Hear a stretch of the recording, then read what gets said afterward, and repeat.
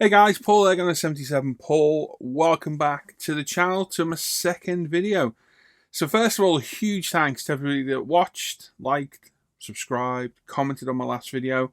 I'm actually quite overwhelmed how many views it got. I didn't think it'd do as well. We're at nearly 1,400 views, about 110, 112 subscribers at the minute. Not bad for a first video at all. Thank you for all the positive comments left on YouTube. You're absolute legends, every one of you. And across the board on Facebook, quite positively received. Bit disappointed with one group where there's a lot of negativity on the LGU. Don't forget, this is just my opinion. It's just my opinion. It doesn't mean I'm right. It's just my opinion. Hence why there was a question mark in the question. Yeah, a little bit of negativity. Now, why I don't want to focus on this channel is negativity. So, if you're negative, you're going to get ignored, basically. If you're negative in the comments, then there's getting hidden from the channel. I am too old, too cranky to deal with this stuff, so I don't want to. So, across the board, positive comments. I've got a whole host of other weapons to look at, and I was going to drag them all out and go through them all one by one, but I think it's better. I'll just do a separate video, like the LGU, on each of the guns I'll go through. So, we're going to talk about the weapons I own, and then I'm going to talk a little bit about me at the end. So, we'll get the important bits out of the way here, and then the waffle at the end. If you want to stick around and watch it, you can. So, like I say, filming at the range is a bit difficult. If I can, I'll talk while I'm there. Most of the time, it's going to be this, face the camera, and voiceovers and whatnot. So, I will try my best to do what I can. So, I am at the range tomorrow. It is supposed to be really windy. I think it's like 30-mile-an-hour wind forecast tomorrow. So, whether it will be productive for a shooting video, I don't know. We'll see. But I'm there Wednesday as well. I'm there quite a bit. And it is meant to be quite wind-free on Wednesday. So I'll see what I can do. So what have I got in my arsenal? Now, with the LGU, an opinion shared is often better when it's an informed opinion, which is why I'm going to give a little bit about my background so you can see where I've come from, what I've shot, what I've done, and, you know, am I just a bumbling idiot who doesn't know what he's talking about? Or do I have kind of an informed opinion and a little bit of knowledge of what I'm talking about, basically? So the LGU, great gun, love that one. Obviously, we spoke about that one. I own. Let's start from where should we start? Right, I've got a Daystate Griffin, which I showed at the end of the last video. It's my one and only PCP. Lovely gun. I've got a Air Arms Pro Sport. That's a fantastic rifle. That's going to be sent off to Nick Simmons to be tuned soon. I've got a full-length TX200. They're both Walnut, the TX and the Pro Sport. Pro Sport's 177, TX is 22. That's just come back from a tune last week from Nick and is shooting absolutely beautiful. So I do own Air Arms.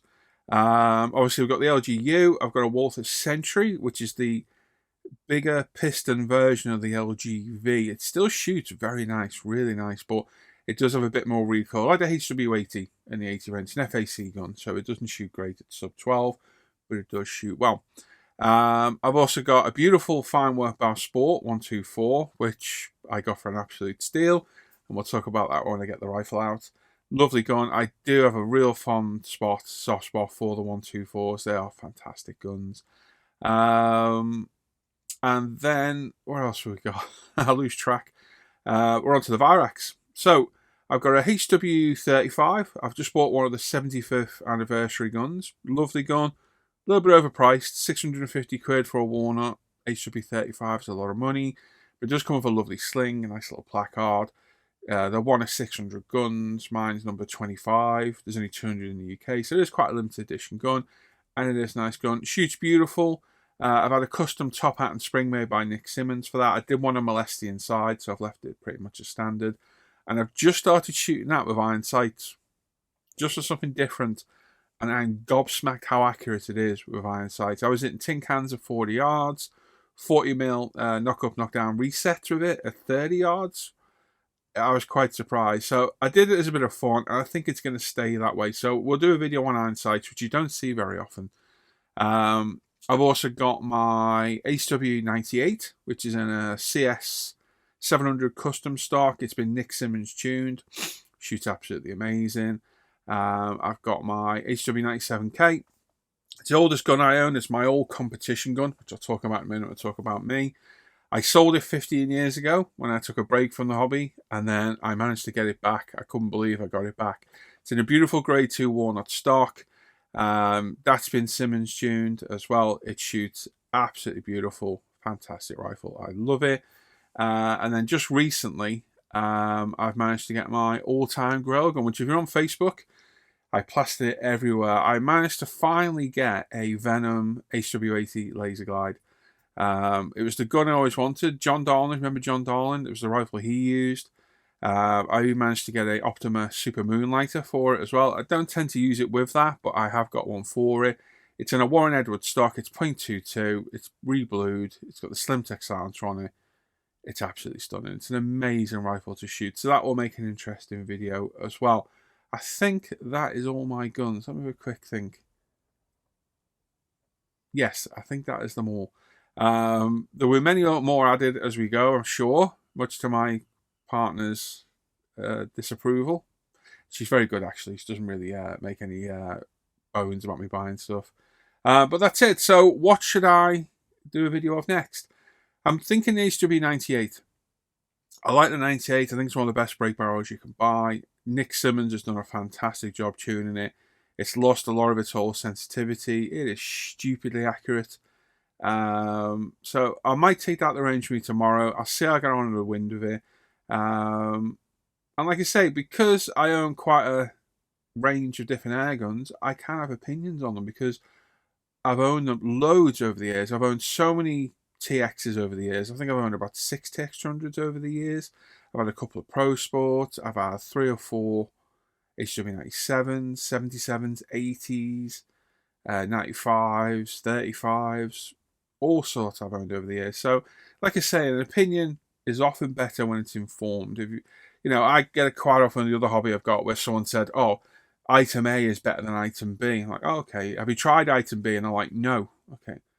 How can you say one is better than the other when you haven't used the other? One's an opinion, one's an informed opinion. And I think that really comes across. And don't forget, guys, an opinion is just that. It doesn't mean I'm right. It's just my opinion. Just my opinion. Some people don't like being told stuff. It is what it is. So let me know your thoughts. What should I do next? I'm thinking 98. The Venom's the obvious choice. I know a lot of people are going to pick that.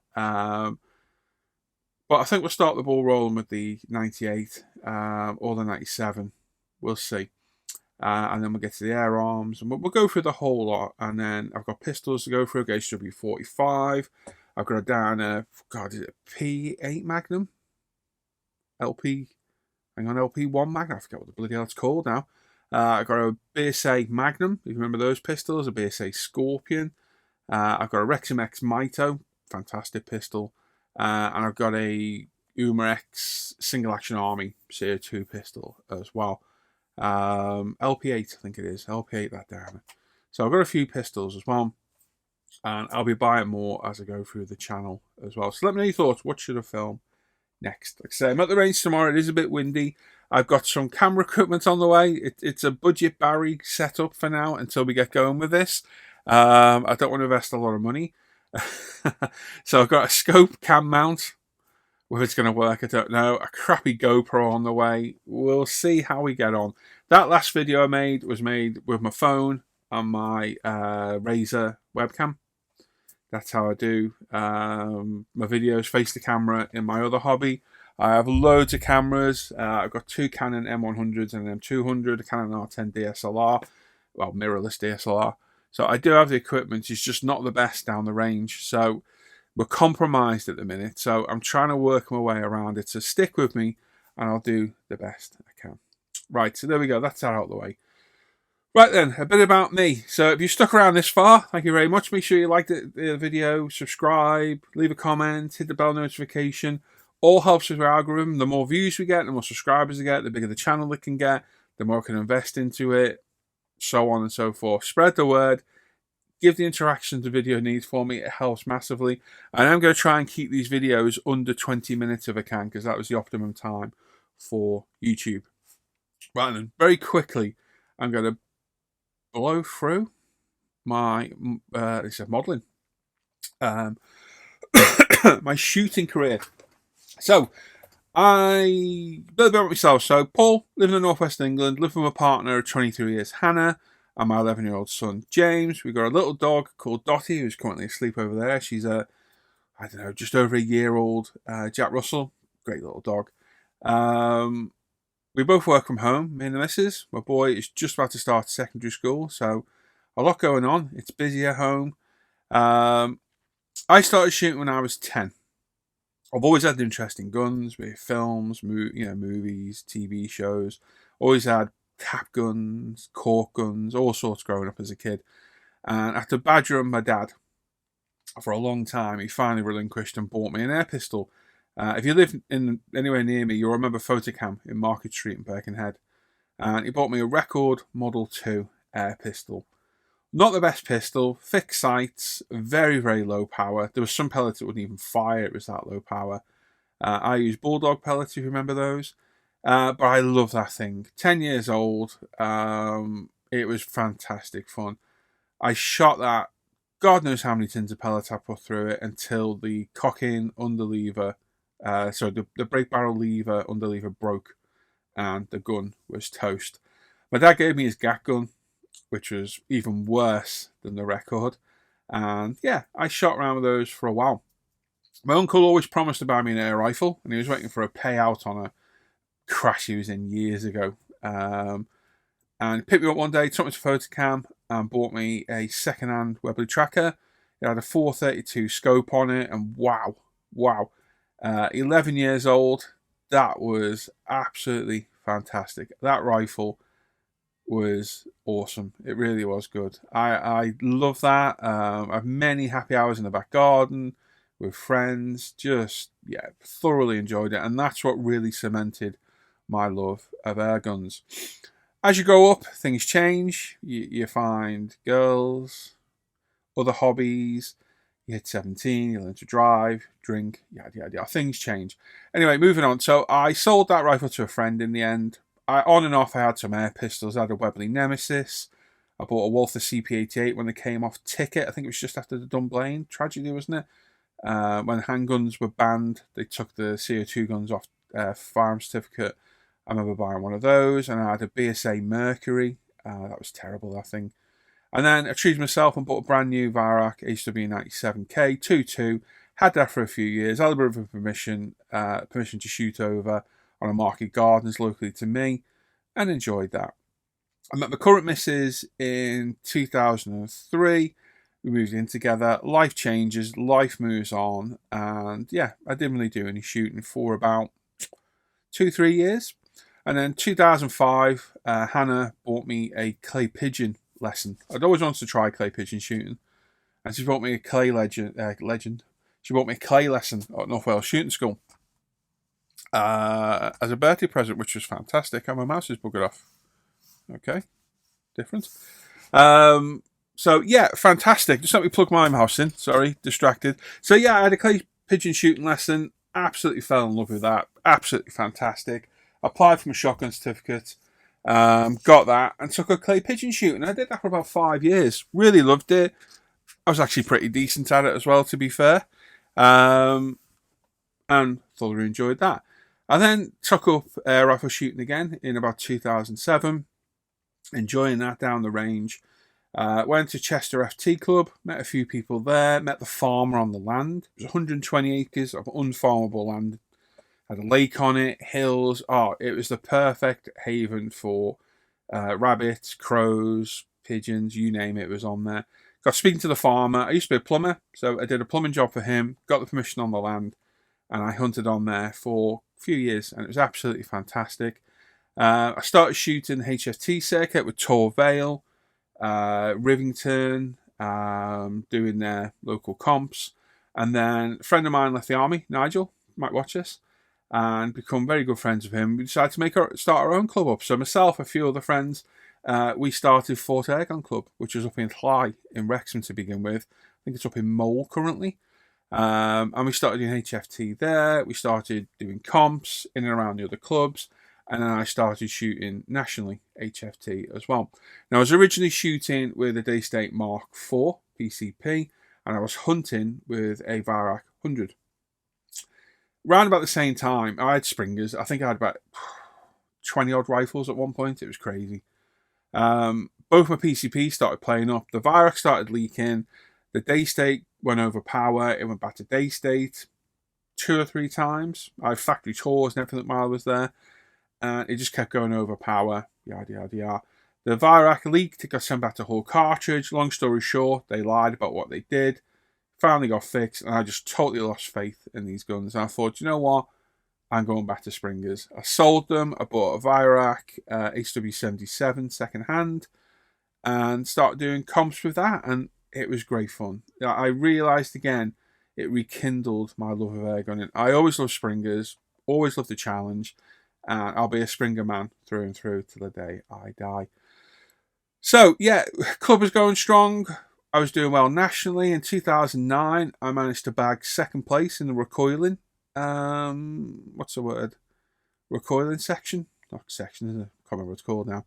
There wasn't a load of us in it. I think there was only about 10 people in it. And it was myself and Lloyd won. And I was very proud of that. I managed to get my caps in here somewhere. I should have got it really. But I've got my shooting cap there. I think I got about 5 or 6 gold HFT badges, which is scores over 50. I got my platinum, which you get for getting 5, I think. Thoroughly enjoyed that. Great fun. And then I got my personal best score at the Gathering in 2009, which was a 56 out of 60 with my 97k. Well, it was just the 77 became a 97. I changed it over. So yeah, I got a 56 out of 60, keeping up the scores of some of the top PCP shooters back then. And I thought, great, we'll be back next year and we'll start again. Mate of mine, Nigel, I spoke about, he worked in a gun shop in Chester, and I was still plumbing back then, but I was only doing emergency work, so I wasn't like, full time.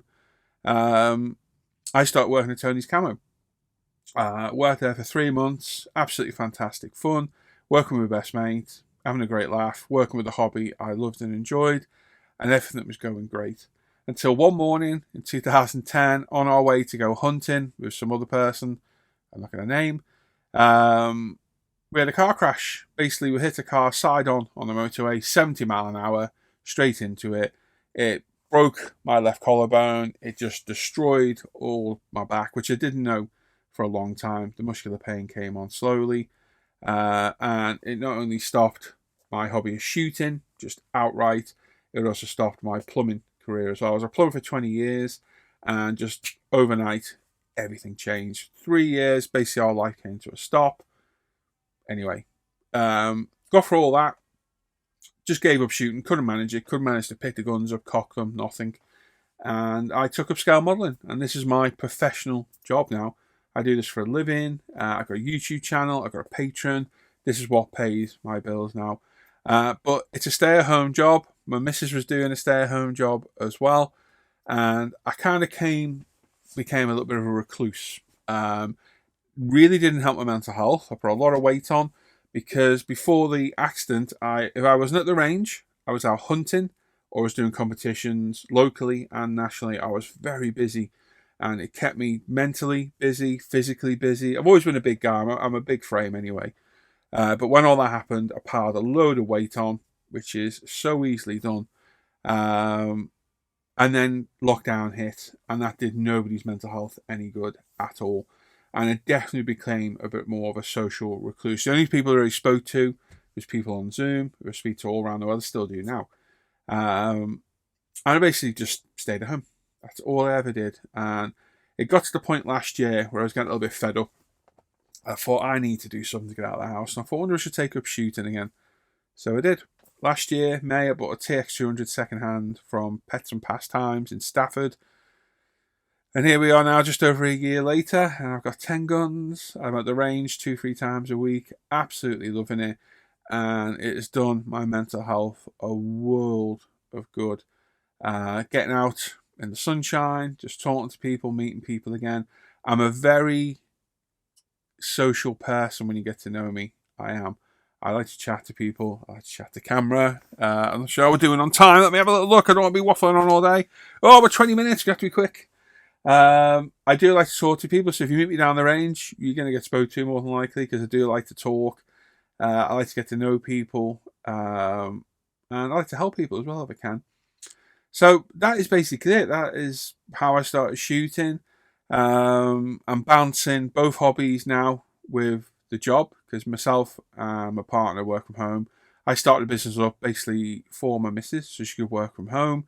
Scale modelling is my hobby. I started the business up making the paints for the scale models, pro scale paints, that you can see them on the shelf. They're just up there. So we make the paints ourselves. So I mix all the paints for the orders in the morning. Hannah packs them all. Job done. So I get up super early every day, 5, 6 o'clock in the morning. I don't get to sleep a lot. Back pain, shoulder pain certainly takes care of that. So yeah, by 8 o'clock, 7, 8 o'clock most mornings, I'm done with what I need to do. So I can get out, go to the range, come back home, do this hobby as well. My time is my own. It keeps the walls from the door. It doesn't pay anywhere as good as plumbing at all. But it's a lot less stressful. Like I say, we both get to work from home. We get to spend a lot of time with our boy when he's off as well, which is a real advantage. Massive. And yeah, that's it. That is basically it about me. So I didn't want to waffle on too long. I think we were just over 20 minutes. So yeah, I think it's nice to know somebody when you're talking to them. I like to know people's backgrounds a little bit as well. Knowing people's names is good. I am quite a personable person. So if you stuck this long through, well done. Like I say, let me know what you think I should film rifle-wise next. I'm thinking 98. 98 or 97. Depends what I take with me tomorrow. Yeah, we'll see. Like I said, I've got some good rifles. I've got some nice ones. And I think they'll make some interesting videos. And we could do pellet reviews, product reviews, all sorts of stuff going forward. I just want to see how this channel takes off before I invest a lot of money into it. But judging by the first video, that went quite well. More than happy with that. Like I say, if you stuck here this long, thank you. Make sure you leave a comment, especially if you watched all this malarkey at the end. Leave a comment, let me know. And I appreciate all the support and kind words everybody gave me on the last video. So there we go. That is it. Paul Airgunner77. Thanks for watching today. As I say, make sure you sub to the channel. This is massively important for the future of the channel. Sub to the channel, give it a thumbs up, click that bell notification, leave a comment. All those interactions help massively with the algorithm on YouTube. It will then promote it to other people. We'll get more people involved. That is how YouTube works massively. So please give a little bit of input for me, and I'll be back. When will it be? It may be tomorrow, maybe Wednesday. We'll see what the weather's like tomorrow. If it's pretty wind-free tomorrow, I'll try and get a video. And we'll see how we get on. The 98 needs zeroing because I had the scope off the other day. So I've got to get zero properly. And the wind, 30 mile an hour wind, might be a bit counterproductive to that.